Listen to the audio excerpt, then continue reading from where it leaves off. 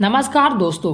भगवान गौतम बुद्ध ने पूरी दुनिया को प्रेम का संदेश दिया कि प्रेम से पूरी दुनिया को जीता जा सकता है, प्रेम से घृणा को जीता जा सकता है, प्रेम से बिना हित किए आप पूरी दुनिया को जीत सकते हैं। आप खुद सोचें, आप दुनिया से क्या चाहते हैं? सभी से प्रेम चाहते हैं या घृणा चाहते हैं? लेकिन हम सभी प्रेम को भाव को समझ नहीं पाते और सब विपरीत हो जाता है। इच्छा से प्रेम उत्पन्न होता है और अज्ञानता से वही प्रेम वासना और घृणा में बदल जाता है।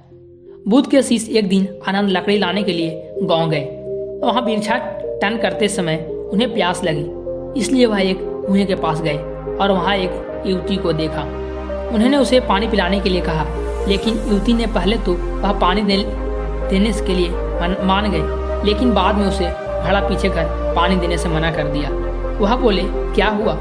युवती बोली, मैं नीची जाति का हूँ, मेरे हाथ के पानी पीने से आपका धर्म भ्रष्ट हो जाएगा। आनंद ने कहा, आप इसकी चिंता ना करें, पानी पिलाएं। पानी पिलाना तो पुण्य का काम होता है ना।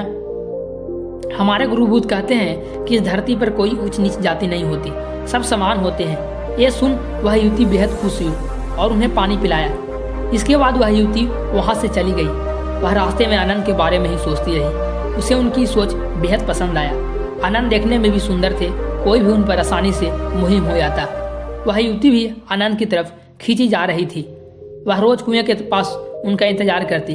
आनंद रोज उस कुएं के पास जाते तो वह युवती उन्हें पानी पिलाती। अब तक तो उसे बस उन्हें जी भर देखने का इच्छा था, लेकिन अब वह इच्छा बढ़ रही थी। एक दिन आनंद नहीं आए।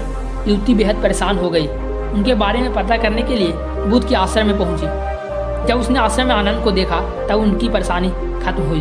उसने आनंद से कहा, आज आप भिक्षाटन के लिए गाँव नहीं आए? आनंद ने कहा, आज मुझे आश्रम में कुछ काम था। युवती ने कहा, आप जाति का भेदभाव नहीं करते, क्या आप मेरे घर खाने के लिए आएंगे? आनंद ने कहा, ये मैं बुद्ध से पूछ कर बताऊंगा, उनकी अनुमति मिल गई तो मैं अवश्य जाऊंगा।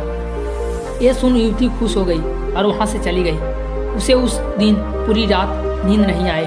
उसे लगता था कि आनंद भी उसे प्रेम करते थे, इसलिए तो उसके घर खाने पर आ रहे हैं। अगले दिन आनंद बुद्ध से अनुमति लेकर उस युवती के घर गया। युवती ने उसके लिए अलग अलग तरह के भोजन बनाए थे, उन्हें उसे ग्रहण किया। उसके बाद युवती ने आनंद से कहा, अगर आप ऊंची नीची जाति का भेदभाव नहीं करते तो क्या आपसे मैं अपने मन की बात कर सकती हूँ? आनंद ने कहा, हाँ जरूर, बोलो। युवती ने कहा, मैं आपसे प्रेम करती हूँ और शादी करना चाहती हूँ, क्या आप मुझसे शादी करेंगे? आनंद ने यह सुन कहा कि प्रेम करना कोई गलत बात नहीं है, प्रेम तो हर किसी को करना चाहिए, लेकिन मैं आपसे विवाह नहीं कर सकता। मैं एक सन्यासी हूँ, मेरे जीवन का लक्ष्य विवाह करना नहीं, मैं केवल बुद्ध की सेवा करना चाहता हूँ। युवती ने कहा, मैं आपको बुद्ध की सेवा करने से नहीं रोकूंगी, बल्कि आपके साथ उनकी सेवा मैं भी करूंगी। आनंद ने कहा, जो तुम सोच रही हो वो नहीं हो सकता, और ये कहकर वहां से उठकर चले गए। अब यह प्रेम युवती के लिए पीड़ा का कारण बन गया। वे हर कीमत पर आनंद को पाना चाहती थी। जब यह बात युवती की माँ को पता चली तो उसने उसको वहां से बाहर निकालने के लिए एक उपाय सोचा। उसने अपनी बेटी से कहा, तुम अपनी माँ पर भरोसा रखो, आनंद तुम्हारा ही होगा। तुम उसे फिर से खाने पर बुलाओ, मैं उसके खाने में बेहोशी का दवा मिला दूंगी, उसके बाद तुम उससे गर्दभ विवाह कर लेना। युवती ने कहा, क्या यह सही है? उसकी माँ ने कहा, प्रेम में सही और गलत नहीं होता। अगले दिन युवती फिर आनंद से मिलने आई और कहा, क्या आप मुझसे नाराज हैं? आनंद ने कहा, नहीं, मैं किसी से नाराज नहीं होता, और आपने ऐसा कुछ नहीं किया कि मैं नाराज हो जाऊं। युवती ने कहा, ठीक है, फिर क्या दोबारा मेरे घर भोजन के लिए आएंगे?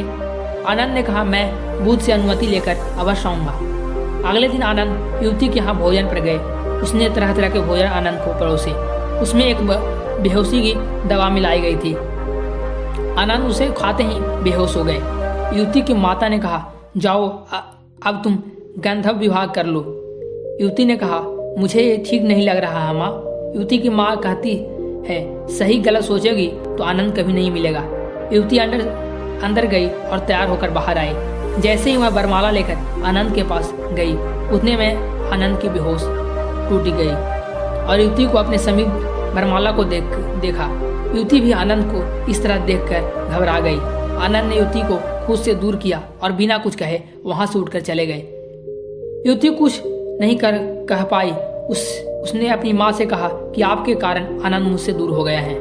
मैं खुद को पापी समझ रही हूँ, मुझे ऐसा नहीं करना चाहिए था। मैंने बहुत बड़ा पाप किया है। अब तक वो मेरे हाथ से पानी तो पीते थे, लेकिन अब तो वो मेरा चेहरा तक नहीं देखेंगे। वह पूरी रात इसी पीड़ा में रही और सोचती रही और मनाती रही।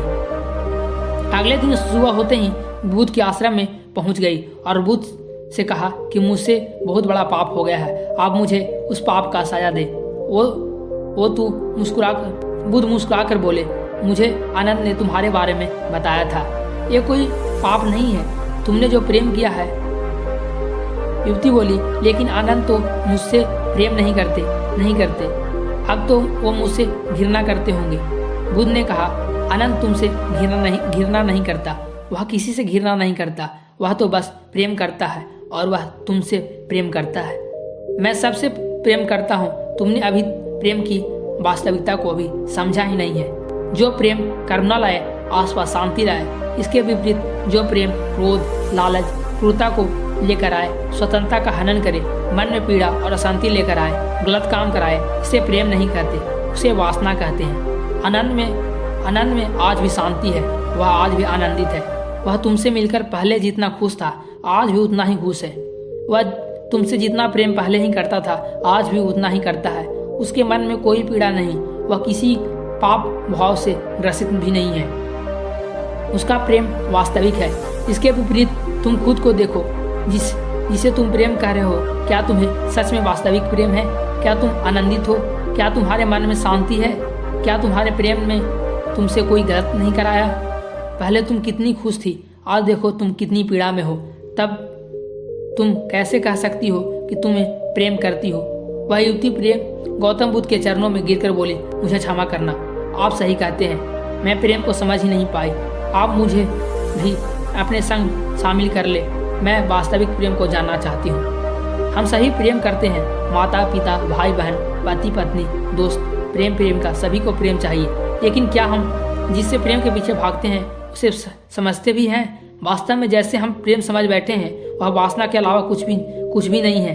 अगर आपका प्रेम आपको स्वार्थ की तरह धकेल रहा है, तो आप समझ जाना कि आप प्रेम नहीं करते, यह आपका कोई निजी स्वार्थ है, जिस कारण आप प्रेम का ढोंग कर रहे हैं। वास्तविक प्रेम लेना नहीं, देना सिखाता है, और उसे देने में भी हमें कमी की जगह सकारात्मक ऊर्जा मिलती है। कहते हैं एक माँ अपने बच्चे से निस्वार्थ प्रेम करती है। वह अपने बच्चों के लिए सब दुख सहकर हंसते हुए जीवन निकालते हैं, लेकिन उन्हें तकलीफ नहीं होती। लेकिन वही माँ क्या दूसरे के बच्चों को भी वही प्रेम दे सकती है? अगर हाँ, तो वही वास्तविक निस्वार्थ प्रेम है, और अगर नहीं, तो वह भी लालच से जुड़ा हुआ है। उस वास्तविक प्रेम नहीं कह सकते। वास्तविक जागृत से पूर्ण प्रेम में लालच, स्वार्थ, वासना के लिए कोई जगह नहीं होती। क्या आप वास्तविक प्रेम के अंत को समझ पाएं? अपनी राय कमेंट बॉक्स में जरूर दें। दोस्तों, अगर हमारे वीडियो से आपको कुछ सीखने को मिला हो तो हमारे चैनल को जरूर सब्सक्राइब करें। मिलते हैं अगले वीडियो में, तब तक के लिए धन्यवाद।